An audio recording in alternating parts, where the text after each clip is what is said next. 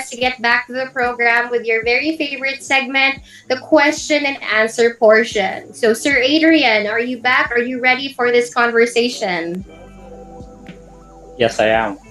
All right, let's just get this ball rolling. So, I understand that you have a wonderful profile, like on LinkedIn, and you even showed us your history before you got employed. So, can you kindly share how the creation process takes place for someone in the middle of their career? Perhaps you can give us a tip or two regarding that. Yeah, actually, my simple answer to that is just follow the prompt that LinkedIn provides. And I also did my research. So I Googled and found some tips how to create a great LinkedIn profile. And then I looked at other people in my contacts and just got a few tips here and there and apply it in my profile. That's how I did it. Thank you, Sir Adrian. Now, you mentioned about researching and really ensuring that you know more about the company you want to enter in and also what you can offer, right? So I guess this will be in Yeah. relation to what I'm about to say. Before we continue with the Q&A, let us kindly acknowledge the interns from Penn Brothers. If you're here, kindly raise your hand so we can um, properly acknowledge your presence for joining us today. I know you guys did your research also before joining Penn Brothers. So that's already a huge check mark on what Sir actually said. And yes, Nicole Del Rosario, our Yeah, we very have. own Enderun Titan. She was also an intern. Sir Adrian, was she a good intern? Let's put her on the spot. Yeah, actually, if I was the head of HR, I would have hired her for a full time job. And then Wow. also would like to mention Red is my current multimedia artist intern, and it's her last day. She's joining us. I invited her to join, and JJ from UP is my multimedia, not multimedia, but learning and development associate intern. Thank you, JJ and Red, for joining me tonight. Wow, thank you so much, Sir Adrian. Shout out to the interns, Rhett and JJ and Nicole. Thank you so much for joining us tonight.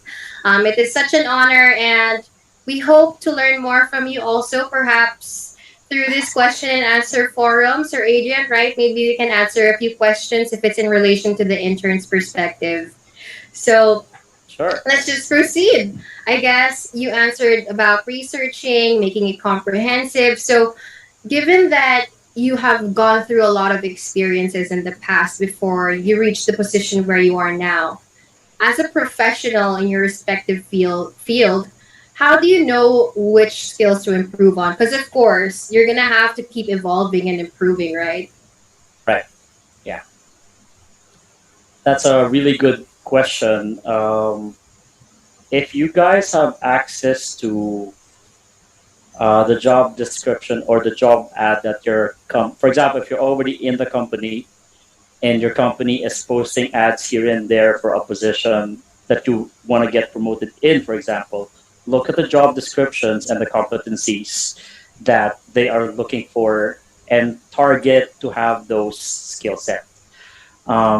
Before I used to work, one of the companies I've worked for in the call center was I worked with HSBC, and they have internal hiring. And now and then, what I would do is I would go to that job portal and look at specific roles that I would like to apply for as part of an internal promotion, and then I build my skills from there.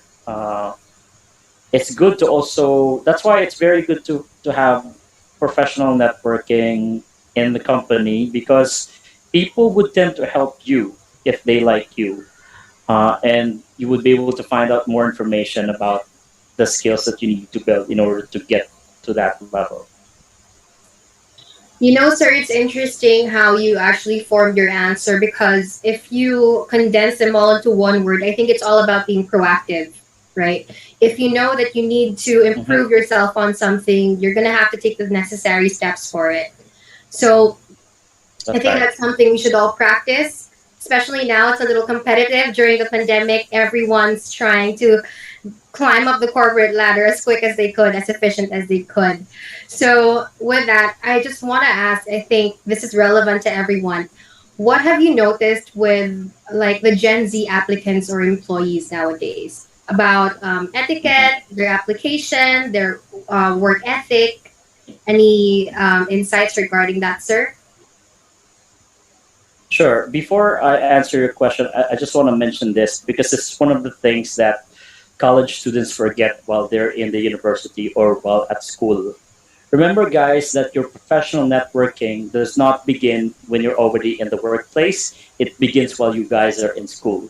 Because eventually, your classmates, your batchmates, are going to be their own business owners, and some of these people might be promoted to higher levels. So, professional networking should actually begin while you're still studying.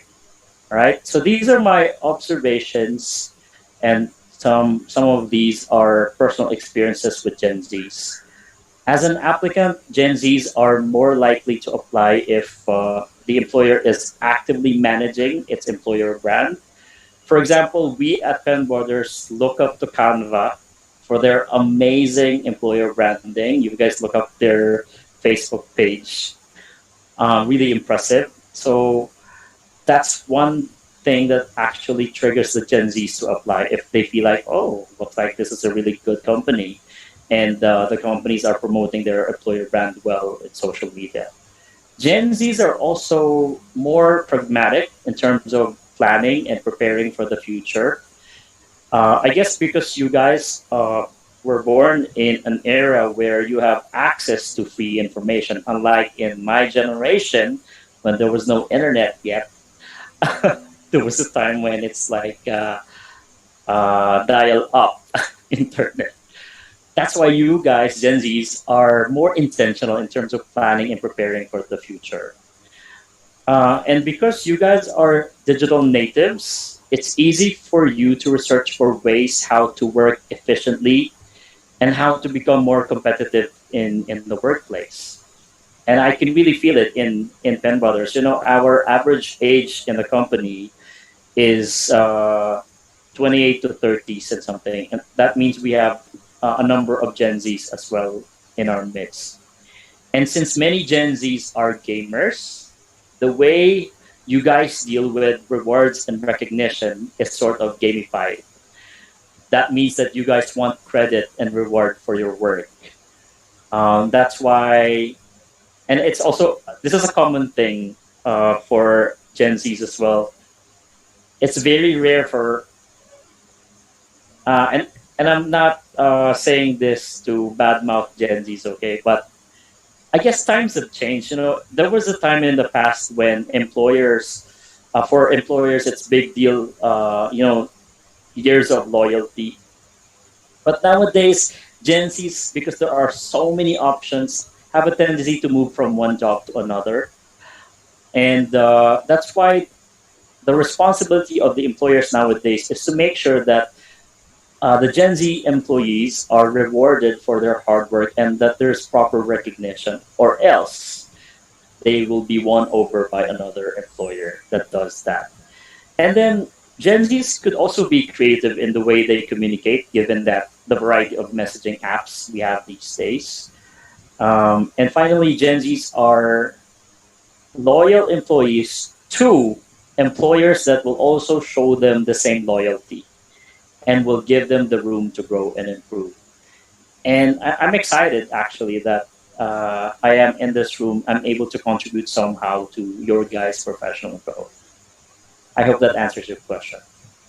I think it does, sir, because I honestly appreciate your honesty, even if there is a huge gap between how we used to work before and now.